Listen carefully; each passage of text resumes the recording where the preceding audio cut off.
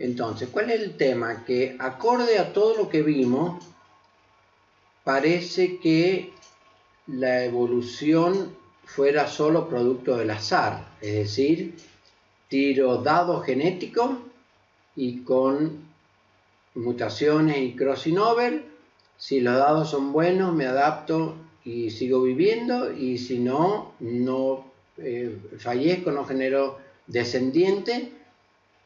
Y esto está basado, y esto lo vamos a cuestionar, vamos a ver que es muy cuestionable. Entonces, hay varios ejemplos de esa idea darwiniana. Uno de ellos es este que les voy a mostrar ahora. ¿Por qué motivo los africanos tienen nariz corta y los agujeros de la nariz grande, mientras que los nórdicos, vamos a ir un poco más atrás, mientras que los nórdicos y los de las regiones desérticas, como los turcos, tienen nariz grande? Bueno, la explicación es que, esto está explicado en este libro, que no lo he visto en PDF, pero si lo pueden conseguir, se llama El Tao de la Salud, del Sexo y de la Longevidad.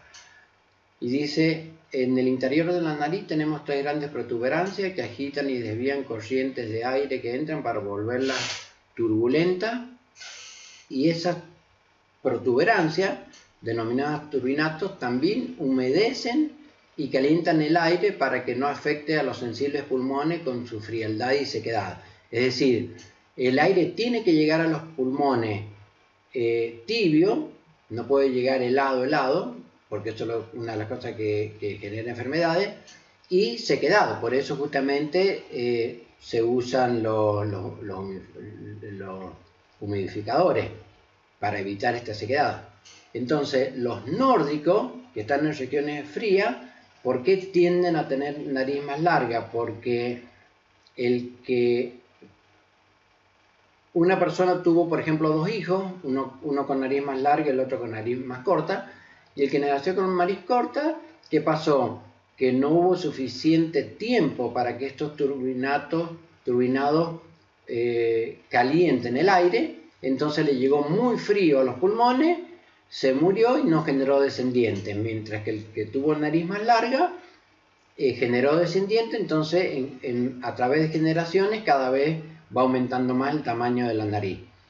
En el caso de las regiones desérticas, necesitan la nariz más larga no para calentarla, porque ya hace calor en esas regiones desérticas, sino para humedecerlas, porque justamente son muy secas, y los que nacieron con nariz corta no hubo suficiente humedad, llegaron muy seco el aire en los pulmones y fallecen. Mientras que en las regiones como África, puesto que ni es frío ni es seco, es decir, es húmedo y caliente, entonces no necesitan nariz larga, por eso tienen nariz corta y agujeros grandes, porque pueden entrar bocanadas de aire sin problema de que llegue a los pulmones frío o seco. ¿Ok? Entonces, otra vez, esto sugeriría que es todo cuestión de variación genética. El que tuvo la suerte de que con la variación genética, mutaciones y crossing over, se le agrandara la nariz, vivió, y el otro murió. Bueno, lo que vamos a ver ahora es otros aspectos que influyen este modelo. Este es el modelo del depredador y de la presa y el depredador, que se resuelve con ecuaciones diferenciales, que es el que acabamos de ver. Después está el concepto de selección natural y artificial, es decir, esto de los peces sería selección natural, pero también hay selección artificial. En este video de Carl Sagan muestra, por ejemplo, que en una época hay cangrejos que tenían formas parecidas a unos guerreros. Entonces, por respeto, cada vez que los pescadores cazaban uno de estos, lo volvían al mar porque lo asociaban a un samurái y por respeto lo devolvían al mar. Entonces con el tiempo empezaron a reproducirse porque sería un caso parecido a este. La diferencia es que en vez de comérselo a las presas, las devolvían al mar.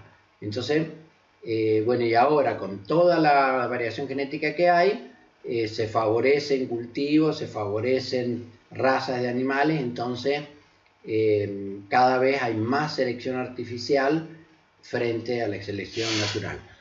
Y el cuarto punto es que cada vez que estamos forzados a cambiar evolutivamente, tenemos la posibilidad de rendirnos o de adaptarnos, y tiene que ver con la aparición de los humanos. Por ejemplo, les muestro muy resumidamente. Esto lo pueden ver en un video en el canal mío, ponen Cenozoico y van a ver esto en detalle. Ahora se lo explico muy rápidamente. La India hace millones de años estaba pegada a África, no estaba donde está ubicada ahora, y después se desprende de África, empieza a viajar hasta que llega un momento en que se pega al continente asiático y ahí se genera el Himalaya, ¿no? La cordillera más alta del mundo. Y entonces chocan dos masas enormes y eso lo que produce es que un enorme calor surge por esta colisión gigantesca. ¿Y qué es lo que pasa? Que similar al caso de en rodeo Cuesta al Viento, que durante el día se genera viento desde el lago hacia la costa. Vean el video y está explicado por qué sucede eso. A África le llegaba más viento desde el mar por este lado, y al colisionar estos dos continentes, este calor gigantesco, el calor lo que hace es succionar el aire, genera como una depresión, genera como un hueco, y entonces ese aire caliente, en vez de llegarle a África, lo absorbe este calor del choque de la India con el continente. Entonces se quedan sin el aire húmedo, y al quedarse sin humedad, se empiezan a perder los árboles, empiezan a aparecer, hay más detalles que lo pueden ver en este video, ¿no? Empiezan a aparecer arbustos. Entonces al aparecer arbustos, sobrevivientes en aquel momento tenían que levantarse para poder caminar, entonces así empieza a haber bipedismo. No necesitan la cola porque la cola la utilizaban para saltar y no perder el equilibrio, y como ya no había árboles para saltar, ya la cola se va perdiendo. Por otro lado, necesitaban molares muy fuertes para comer los alimentos duros de los árboles, pero al no haber árboles ya no se usan los molares, entonces lo van perdiendo, y empezamos poco a poco durante millones de años a tomar esta forma más humana.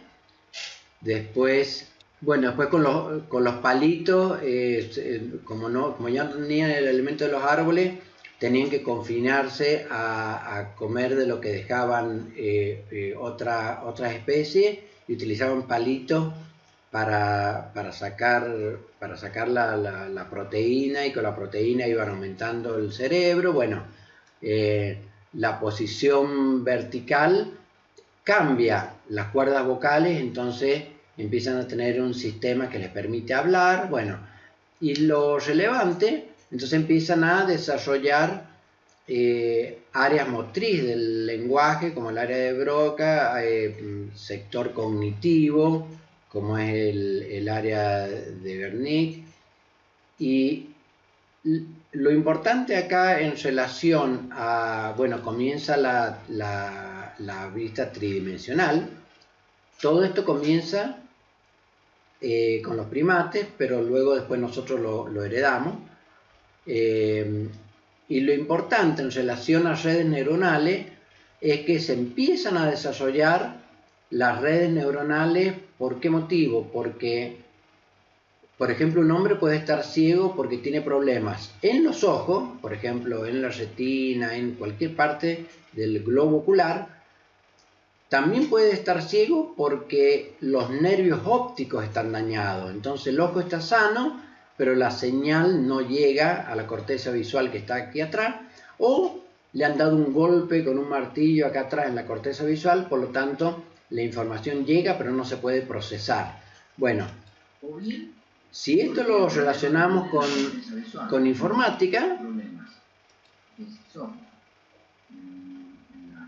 cuando yo era joven, los ratones, cuando uno compraba un ratón venía con un disco, y ese disco había que instalar en el driver el programa para que el ratón funcionara. Entonces cuando el ratón no funcionaba, podía no funcionar porque alguna tecla, algo del ratón estaba roto, que sería el equivalente a los ojos, porque el cable, antes de que fueran inalámbricos, el cable se había roto y entonces el mouse no funcionaba, sería como el nervio óptico, o porque había un problema en el driver. Por ejemplo, si no se instalaba bien el driver, entonces el ratón no funcionaba, que sería como la corteza visual.